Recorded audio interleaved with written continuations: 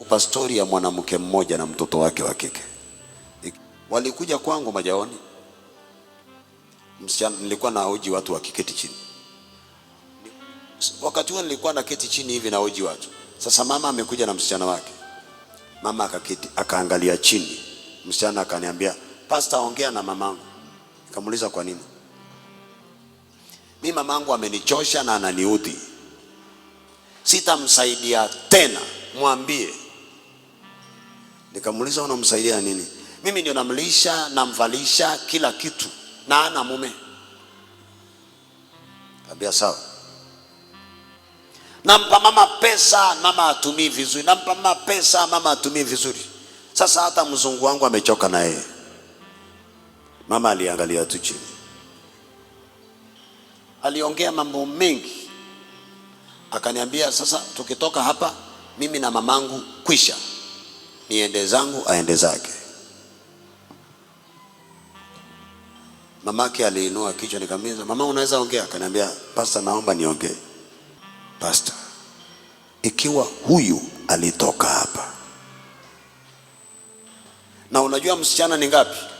Ni moja. Kama huyu alitoka hapa, basi arudi hapa. Na kama hakutoka hapa,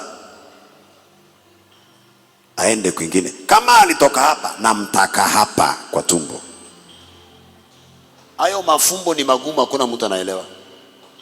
Nikamuuliza, "Mama, kwa nini unaongea hivyo?" Akaniambia, "Leo nitakuwa," anaambia msichana wake, "Leo nitakuambia kitu sijawahi kukuambia. Si mimi sina mume, si umechoka na mimi kunisaidia. Hivi ndivyo nilivyokuzaa. Unajua babako? Sina haja na yeye, si nimekubembeleza kila mara hujanipa, hujaniambia babangu nani.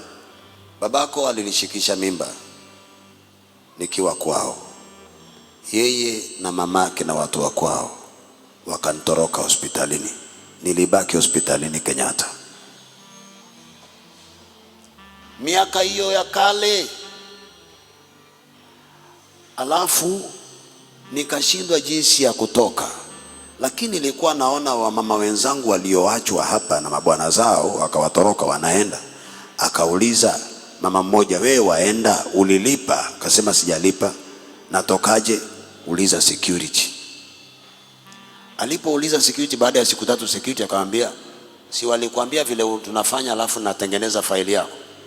Akamwambia, "Sikuambiwa." "Mami, wachana hiyo simu nikusaidie." "Wachana hiyo simu." Akamwambia, "Ukiwa utakubali nilale na wewe, nitatengeneza faili yako." Huyo mama akamwambia, "Haiwezekani. Nimejifungua hivi, nakaa hapa, wewe unataka kukaa na mimi kimwili? Haiwezekani." Mama alikaa hapo miezi 6 atoki. Ilibidi aende kwa security, akamwambia, "Nimekubali." Security alikaa na yeye kimwili. Mama akatoka akiwa analia.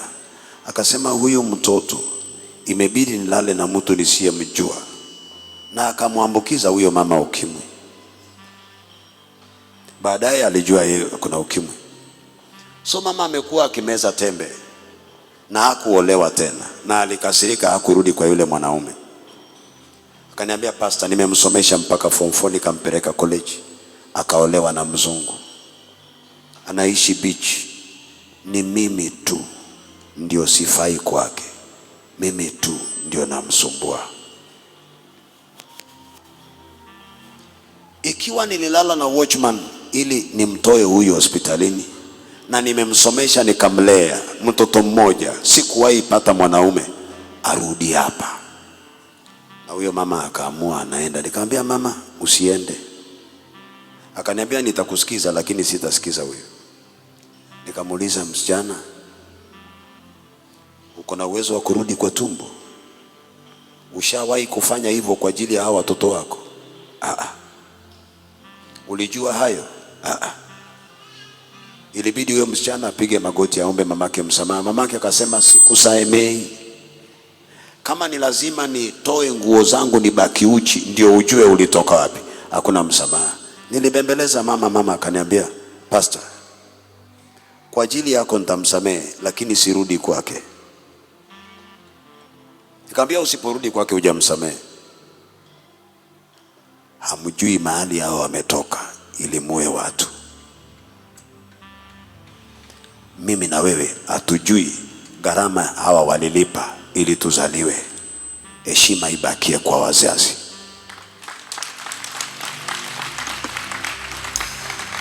Na wakitukosea tujaribu kuwaelewa. Hatujui wamelipa gharama gani ili tuwe hapa. Sawa? Yes. Ask your mom for forgiveness. Mom, nisamehe. Nimekusamehe. Wako na roho mwepesi hivi. Umeona vile ni rahisi kwake kukusamehe. They have that soft heart. Sababu hana mtoto mwingine mzuri. Wewe ni mzuri kwake.